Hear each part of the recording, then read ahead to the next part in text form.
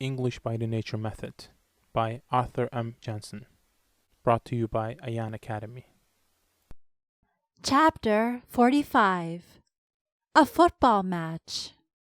One day in September, when the football season had begun, Marshall asked Storm if he would like to go to a football match with him.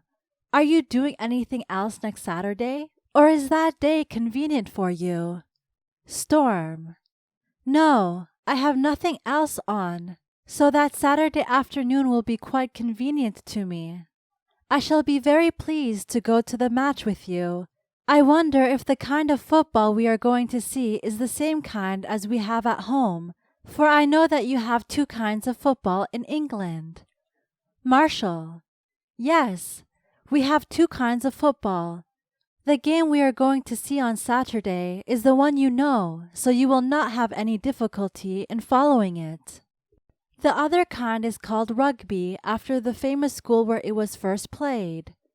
Storm: "I have never seen any rugby football." "Then you would not understand much of it, for the rules of the game are quite different from those of the kind of football you know. There are 15 players. They may carry the ball in their hands if they like, and the ball itself is not round."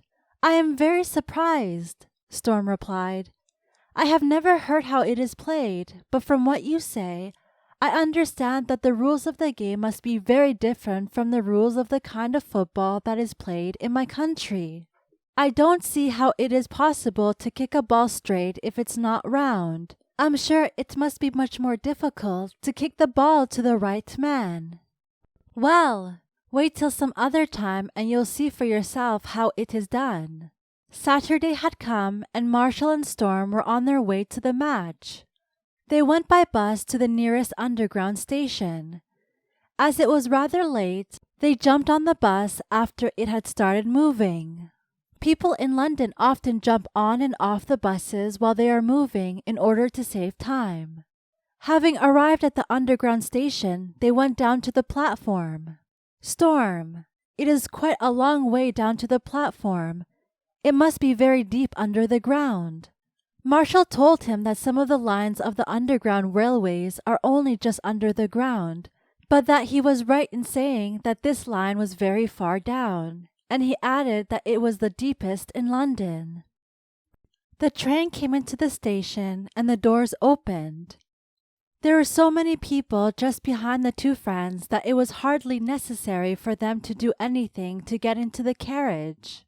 They were pushed into it by the people behind them, but many of those who were standing behind them did not get into the carriage, because there was no more room and then the doors closed. "People don't usually push so much as they did on this platform," said Storm. But Marshall only laughed, saying, "Remember that you are going to a football match. We are interested in many different games in this country, but in the eyes of most English people, football is the best game." "Storm, I noticed that the doors open and close of themselves. How long have you had doors which open and close automatically?" "I can't tell you how long we have had them, but you know that during the last 50 years so many inventions have been made which save us much time and money.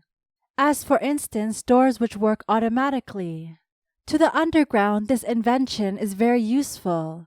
It is no longer necessary to have 2 or 3 men to shut the doors of the trains, for now they are all shut by 1 man. Marshall told Storm that they were going to see the famous Arsenal Football Club, which is one of the most famous clubs in the world by reason of its many good players. Storm had once seen Arsenal at home, where they had beaten his own country by 4-1. Marshall: "That is not strange, because they have nearly always won when playing on the continent. It is very seldom that a foreign club is able to beat them. I expect that they will win this afternoon, too, as they are playing so well this year."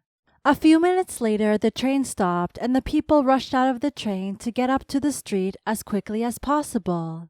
Storm had never seen people rush about so much as they do in London, especially in the city and one going to games of some kind. While they were waiting for the game to start, Marshall told Storm something about the English football clubs. In the best-known football clubs in England, the players are professionals, which means that football is their work, not only a game that gives them pleasure. As it is necessary for a professional football player to be able to run very fast, he must not only have good legs, but also very good lungs. It is also very important to have a strong heart.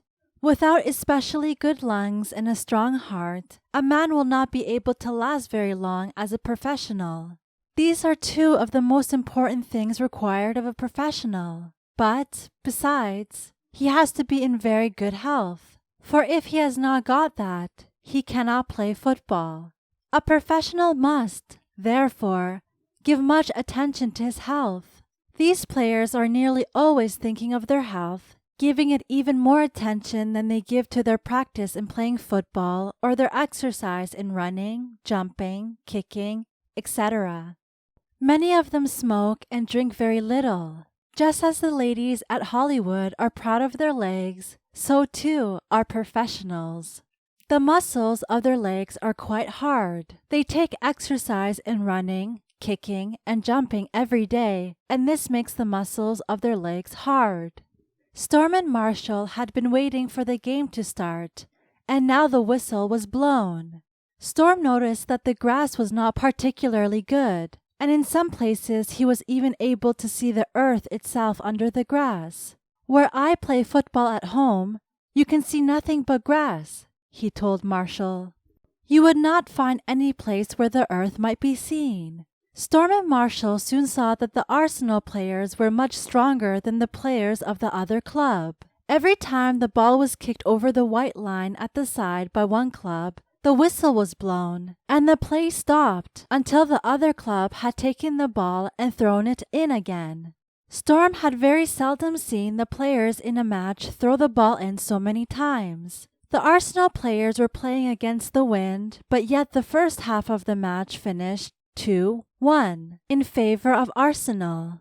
In the second half of the game, they had the advantage of the wind, and with the wind behind them, they finished the match 5-1 in their favor. A large number of men were present, either to take photographs or to write reports of the match for the newspapers, which always bring long reports of all that has taken place in the world of sport. There had been about 50,000 people at the match, and when the two friends left the place, it was almost impossible to take more than one short step at a time. "It is rather tiring to have to take such small lady steps," said Marshall, laughing. "Storm, how many matches have Arsenal played this season?" "Marshall, counting the one today, they've played 6 times, but once they didn't win, so that there are 5 matches to their credit. I remember that some years ago they played 18 matches on the continent and came back with all 18 to their credit." They continued to discuss football, and during the discussion, Storm asked how long football had been played in England.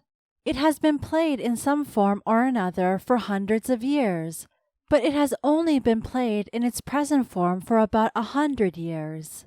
When they reached the underground station, they had not yet finished their discussion of football. Marshall was telling Storm about the most important match of the year, the one between England and Scotland. The number of people who go to a match like that is very great. One year there are 150,000 present in Glasgow. It's not always the country that plays best that wins. The players know that the eyes of 150,000 people are upon them, and very often it gets on their nerves. It makes them nervous. This means that it's often the players who have the best nerves that win. Besides the match with Scotland, we play many international matches every year, for example against France and Holland. Such matches are called international matches because players of different nations take part in them. I think that these international matches in the world of sport are of great importance in helping the different nations of the world to get a better understanding of each other."